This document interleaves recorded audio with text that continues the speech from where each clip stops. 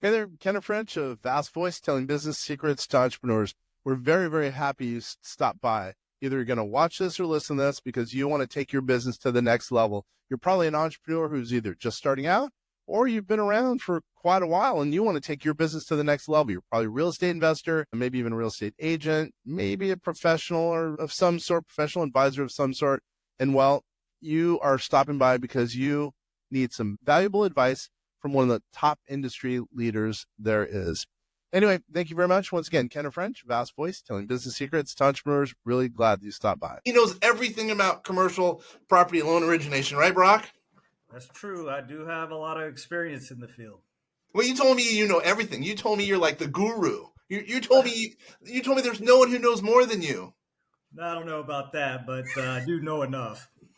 All right. Yeah. My name's Kenneth French with vastsolutionsgroup.com. Brock also is with vastsolutionsgroup.com. He's got an interesting story. I'm really excited to shed some light on it. We have about, 30 minutes? Does that sound about right, Brock? Yeah, that sounds good. So Brock, first tell us about Brock. How are you here? Why are you here? Et cetera, et cetera. Well, so I'm a seasoned banker with over 25 years of experience. I've been doing it all from oil and gas and investment grade to commercial real estate, which is my focus now on the smaller side of things, where average deal size is anywhere from 5 million to 40 million. So that gives me a wide enough net that I've been able to look at a variety of different projects and to structure them in a way that is both beneficial to the customer and to the banks. And that also guarantees the greatest success to get a deal done. Yeah, obviously you're a player. You get deals done. So most of the people listening and watching this will be entrepreneurs. All of them will be real estate investors, generally speaking. Most of them will be, some of them need money to invest in real estate. So tell us a little bit about commercial real estate. Define commercial real estate first of all. So, in defining it, it's any kind of project that has a real estate collateral attachment to it. It could range from like any kind of commercial business, like a convenience store, for example, a hotel, office building, multifamily, student housing. These are some of the highest demand projects right now. Retail centers, let's see, owner occupied businesses where you've got your business. Let's say it's a car shop, you have a garage and everything like that. These are the things that are really attractive to banks right now. I understand. And when we're talking about commercial real estate, obviously what you do is financing. How is commercial property loan origination or financing different in the commercial world than it is in the residential world? So it's a great question. Whenever we think of residential lending, you think of, hey, I'm going to buy my house and, I go through a mortgage broker. Those are a different type of asset where, hey, we look, the banks will just look at your credit score, look at your health professionally, what your financial picture looks like.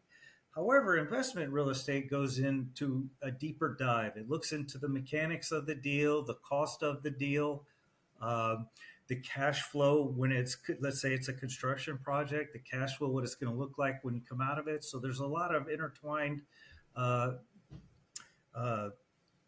pieces to putting all that together.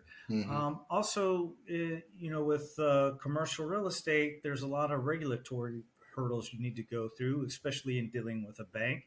And so that's why structuring is very important and highly advised that you seek a seasoned loan officer to go through those because, in a mortgage, residential mortgage example, they're just looking at, hey, do you have a job?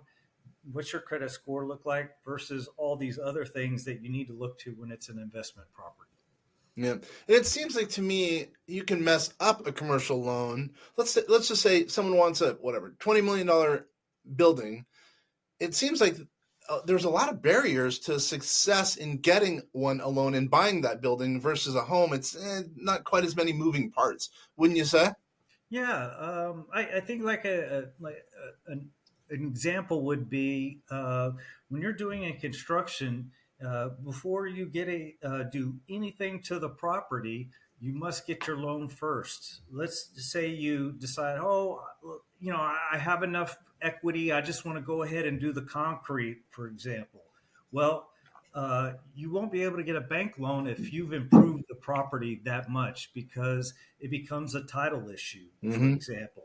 And there are certain multiple nuances that you need to know before starting your project and trying to get a bank to get your loan. So, like your experience. So I gotta assume it's better to go with someone who's got some experience, who boots on the ground, who knows how to get loans versus whatever someone who's just brand new, basically, right? Most definitely. Yeah. Sometimes there's a lot of seasonality with real estate projects. Let's say you're building a townhome project. Well, you want to get that construction done before the spring because that's the best time for the selling season. Mm-hmm. Now, if you go with an inexperienced loan advisor, they don't know how to structure the deal. They don't know that, hey, we need to track all the ownership challenges, make sure that it's a single asset entity, for example. And if you go through with someone with inexperience, these will extend the process in getting a loan in place. And time is money with a lot of these projects, so it's important to get somebody that can be efficient and move along your deal the fastest way possible. Yeah, I'm tuning our own horn, but what I would say is, I mean, generally speaking, we have seasoned people. Actually, we do have seasoned people here at vastsolutionsgroup.com who know how to get loans. And I think that means it cuts down the chance of not succeeding, number one. Number two, hopefully you can get a better rate because we know what's going on. There's a lot of positive elements. Again, tuning our own horn, preaching the choir. But well, absolutely. I mean, I'm so excited we decided. It's funny because Brock, for years, our company's been around since '69, and and there's been so many times people have asked us for loans because they're all real estate investors generally. Mm-hmm. So, and I would always say no, go here, go there, whatever. We wouldn't help in any regard, and that was stupid. That was ridiculous. Now that we're actually helping, we've got a brokerage up and running. Now we can help these investors who are saying, "Hey, I want to get a $20 million loan," instead of them going to ABC Bank. Now they come here. We have access to a whole bunch of different lenders, and it's opened my eyes as an entrepreneur because now I can help more people than we ordinarily would have helped back in the day. Absolutely. The environment is completely changing, and as opposed to trying to yourself go to one lender, this other lender, and lender, you can come to us, one-stop shop, and we do all that for you. And with access to over 700 lenders, that you're going to get some really flexible terms. And so, I encourage anybody that's listening or even curious, give us a try, because once we put in a loan, you'll have access to, with more competition, it can only benefit you to get flexible terms, cheaper pricing, and quicker response time. So it really is a win-win. And I think ultimately what made me decide to join the team is because of that access and flexibility. Yeah, we're excited to have you on because you are a total stud. I'm not just saying that, you really are. Appreciate it. So just like you were saying, I mean, now you have access to 750 lenders, actually more, by the way. And at the same time, where you used to be, not to put you down, you used to have whatever, I think one bank, right? So now you have. I used to be a single bank representative. Absolutely. Yeah, and I think now I hate to rip on the industry, but I'm going to. Back in the old days, actually, no, even now, people still take paper applications for commercial property loans, to a bank. And then that one will say no, or the rate will be bad, or the term will be bad. And then they'll go to another one and that'll be bad or whatever. Versus, well, wait a minute, would you rather talk to one bank, two banks, or 750 banks? It's so much quicker, helps you in the marketplace, et cetera, as not only as a borrower, but also if you're in the industry and you want to be a commercial property loan originator. It's a game changer. Absolutely. And this is, ultimately because of the challenges of, doing everything manual, using our platform gives us such a wide breadth of opportunity. So even if you're an investor looking to get funding for your project, or if you're a loan officer or broker that wants to have more access to lenders, Well, this is the way to go. It's going to change the industry forever. Yeah, I like that. I like that. So, by the way, why is that? This is a naive question. Why is commercial property loan origination so backwards, so slow to adopt technology and change? Do you have any guesses as to why? I really don't, other than, the technology hasn't been there. Now that we're able to, uh, better congregate information, better communication, there's a lot of legal and regulatory things that goes into banking a commercial real estate loan. So a lot of it had to be using paper. Well, now that we can incorporate all these new technologies and DocuSign this and things of that nature, it's been able to speed up that process and do a lot of things digitally that we couldn't have done before. Mm-hmm. Speaking of digitally, what's your email? Was it Burak at vastsolutionsgroup.com? Does that sound right? That is correct. Yeah, Burak at vastsolutions.com. Again, Burak at vastsolutionsgroup.com. And our website, by the way, for everyone is vastsolutionsgroup.com. And if you go to our team, you'll see Burak. Click on his little bio, and then you'll learn even more about him.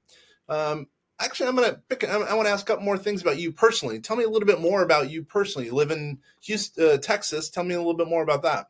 Yeah, I lived in Houston, Texas most of my life. Graduated from Texas A&M University, which is very close to here. And Houston and actually Grander, Texas in general has really been exploding of late because of all the population that is beginning to move over here and all these new businesses that become to move over here, like the Oracles of the world or Elon Musk and Tesla. And so they see the tax advantages. We also benefit from the second Panama Canal opening. That has made the arbitrage between shipping to California versus shipping to Houston. The expense and cost has compressed. The spread has compressed. So it's making more sense for more business and more industry and goods to be coming over here, and that's created this huge demand for real estate and real estate needs. And that, as a longtime Houstonian, I couldn't think of a better place. From a cuisine, the diversity of the people here, because it is a port city. So I think our food, for example, is some of the best in the world. It's unparalleled because you get the uniqueness of the Louisiana Cajun area. You got the just the south of us, the Mexican influence, and then whenever you couple all of these things together with the port and diversity of the port, we've got some of the best food in the world. Probably not best for your stomach or health, but man, does it taste good. I'll tell you that. That's for sure. I love it down there. Especially me, because from Seattle where it's rainy, I love going down there, man. Yeah, no, definitely. It's great. A lot of things to do. It's a large metropolis type of city. I'm not sure yet, but I think we even eclipsed Chicago as the number 3 or 4 largest city in the States now. So. I didn't know that. I knew you guys were growing left and right. I didn't know that. That's cool. Huge. That's saying something. Yeah, they could take you at least 1 hour to drive from one side of it to the other side. So yeah, it's quite the footprint. Yeah, that's big. That's big. So, all right. So, let's go to commercial property loan origination again. So, what's a horror story that you've seen maybe another professional try to get someone a loan and you've somehow turned it around and got financing when it didn't look like that company, that LLC or what have you was ever going to get that loan? So I need a case study that we can use. Yeah. I'm sure there's many. So there really are, there's two really things that can really trip up a deal. One I alluded to earlier, in that if you break ground and do improvements, before you get your bank loan, the banks are, by regulation, it becomes a huge title issue. And the reason being is, anybody that does any improvements to the land, they could put a lien on that land that could prime the bank loan. And that's what becomes the big issue. So in order to correct something like that, we would have to, and I was able to get certain waivers drafted where you get the general contractor to waive, hey, this is work has been done, it has been completed, and that way you get that waiver, and then that can get the bank comfortable. Um, let's see, another thing that usually hangs up a deal is the way you structure it organizationally. Your org chart is very important, making sure that your entity docs match what they say they do, um, and that whenever you're trying to finance a particular project, make sure you have put it under an entity that is a single asset entity. When it's a single asset entity and holds that one just relationship, it really makes everything smooth and faster. Otherwise, you might have, banks have to contemplate the commingle of assets and commingling of loans. So if we get that siloed into a single asset entity, it cleans everything up and makes the process a lot smoother. Look at you. I'm glad you mentioned that. Yeah, we do that. Obviously, not only in-house, we have, a couple of attorneys in-house, but we also have some external attorneys who help in that regard. I'm glad you mentioned that. A lot of people forget how important kind of the structuring of deals is, and it's very, very, very important. Absolutely. All right, so that was really helpful. So then why should someone, I know you're going to say experience and really your creativity, but why really should someone go to Burak for a loan versus whatever, to Tom Jones, by the way, great singer, but to some other random person? Obviously, I have a bias, toward myself, but you have it depends a lot on the experience of the loan officer and the range of projects that they have done. Because if they've seen it and done it, they can help you navigate, certain difficulties. And right now the market is kind of in this ambiguity stage, and you need someone that is experienced enough to help you navigate that. Because oftentimes, banks might not feel comfortable, so they may just try to overcharge you, for example, just because they feel like they can, or they just don't feel secure. And if you have a loan officer and he gives a product package to a bank and it's not really that complete, that really causes a lot of anxiety with the particular lender. And so you need to get someone that is experienced enough to know that, hey, we need to gather everything, make sure it's in order so that there isn't any ambiguity, and that the bank has everything it needs up front, because once they have it up front, they can make better decisions and make more comfortable decisions. So speaking of decisions, what are your thoughts on growing an investment portfolio based on real estate, meaning commercial real estate? What are some strategies? This is a tough question. What are some strategies you think it makes sense to put together a commercial property loan origination portfolio and get it that much bigger? What are some strategies that you think make sense in that regard? Yeah, it's a great question. I think the best strategy, if you can, is to get into a deal. Make sure you put a lot of equity in it. That way, you get some really favorable terms. Once you complete that deal, you can use 1031 like kind exchanges, for example, and use the tax advantages, so you navigate the capital gains on that whenever you want to sell that project and move to the next one. But over the course, over time, real estate continually, the values are presumed to go up over time. So you use that equity in later, if you have let's say a larger project that you want, you can draw on the equity from your other projects, increase your lines and help, put those funds towards the new project, for example. But the idea is to build the base, build the cash flow so that you have that passive income. Yep. Passive income is the key. You want to be 50 years old, go out to your mailbox, open it. There's an envelope, rip it open. There's a check. Absolutely. That is nice passive income, right? Mailbox money. Right. Yeah. Actually, speaking of mailbox money, what are your thoughts on people in the industry? Meaning, let's say we're now talking to commercial property loan originators, and they want to get passive income. What are some of your thoughts about about getting passive income. I know to this point it's been hard to get passive income as a CRE loan originator, but now there's that possibility. What are some thoughts there?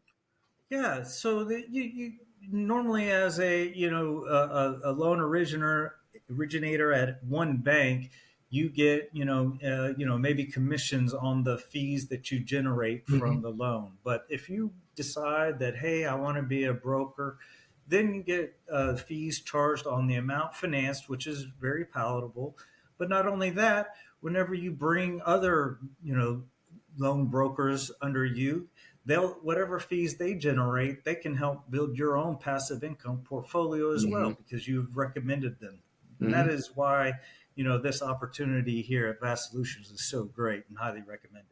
Yeah, I'm glad you said that. That's because I believe in passive income for all my employees, for all my Yeah, contractors, I know. I for my vendors, appreciated man. that. That's huge. That's huge. So, even exclusive of that, what are your thoughts about the future of commercial real estate or commercial, real estate loans? What do you think? What do you see in the future? Well, in the future, the way that we have this potential of a debt wall where interest rates have risen, and a lot of these projects that have been financed about 4 years ago or so, they're coming up for renewal. Mm. And so, right now is a really good time to get in front of it, make sure you get your refinancing in place. And because, rates aren't going to stay high forever. We've listened to Fed Chair Powell say, "Hey, it's going to be higher for longer," but the intent is that, hey, within the end of this year, they're going to start cutting rates. Mm. And so now is a good time. You get in now, get all your debt refinancings done, so you don't have to worry about, hey, what happens in the future, and have certain refinancing risks. For example, you're able to get it in front of it, and in terms that you like, knowing that, hey, in the future, they'll come down with a variable rate, for example. Do you do that? Do you do restructuring? I don't even know. Do you do Yeah, restructuring? yeah. Repositionings are really common. Mm-hmm. A lot of clients, they have equity in their projects, so they as interest rates have risen across the portfolio of assets, maybe their debt service has increased a lot. Well, if you want some additional liquidity in order to make sure you're healthy and can cover those debt payments, it's really good to reposition some of your loans where, hey, you do some sort of cash out and you're able to get that refinancing and help pay for other future projects, or just give you that added liquidity. Yeah. So, yeah, that brings up a very legit question. So let's just say I bought a building for $10 million back in 5 years ago, and now because of whatever reason, property value is worth $5 million, and that's my only asset. Let's say I'm an investor, and for whatever reason, I'm not very lucky, at least in this building. What then? Well, that would be a tough scenario because right now lending is it is become challenged. So you need to have a breadth of lenders that you can call upon, and they each have their own loan to value limits. So in your case, you've taken out 50% of the value in this case. So maybe it would require another, the investor to probably put a little more equity in, Mm-hmm. because you need to be at least at a minimum 75% loan to value. So Mm-hmm. in your instance, the 10 million property is now worth 5 million. Let's say at 10 million there was 7.5 million of debt financings on it. Mm-hmm. Well, now we need to do, what's 75% of 5 million? You would need to put in the equity. And, banks are actually open to, like, hey, Mm-hmm. if we know what's happened, they don't want to foreclose. They're not in the business of foreclosing. They only do it if they have to. So you can also ask a bank to maybe discount the loan. So that there is a negotiation there as well. But it is, those type of scenarios are tough whenever I you're know, I'm not dealing saying, with yeah, clients. hopefully there's very few of those people. or scenarios we have in our cadre of investors. And what I would say also, by the way, because we have access to so many lenders, not only on one platform, we have access to other money, other investors, that we might be able to find a solution when some other group might not be able to find a solution, because we have access to so much more money, generally speaking, than most. You know what I mean? I think that's huge.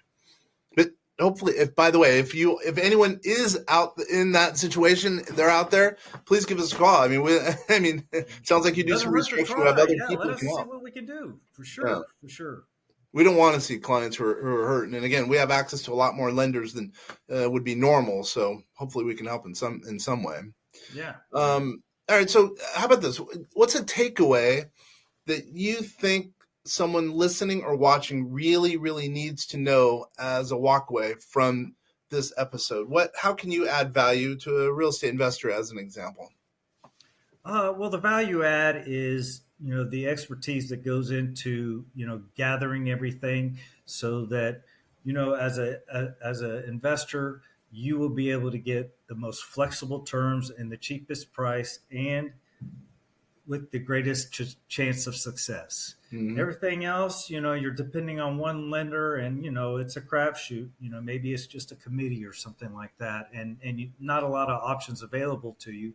Plus the time it takes to find one lender or another lender, and if you go to the bigger banks just right off the bat, you're not going to. They look for big, large institutional funds. So usually, when you talk to a banker, it's going to be, maybe a junior officer or someone with less experience, because, the deal size just doesn't match their footprint because they have a larger focus. But you come to us, we get you in touch with all the banks that are within that footprint and are hungry for the assets. So it's a great matching process, and saves you time and money in the long run, for sure. Yeah, I think it's huge. We have access to big banks, we have access to small banks, we have access to some private money, a couple different groups, family investors or family offices in New York that can come to some aid, do some hard money. We have access where, it's a huge deal. It's a huge deal. It's kind of funny. I never thought, when I was, basically I came onto the company in 2006. This was started by a guy named Gary Coons back in '69.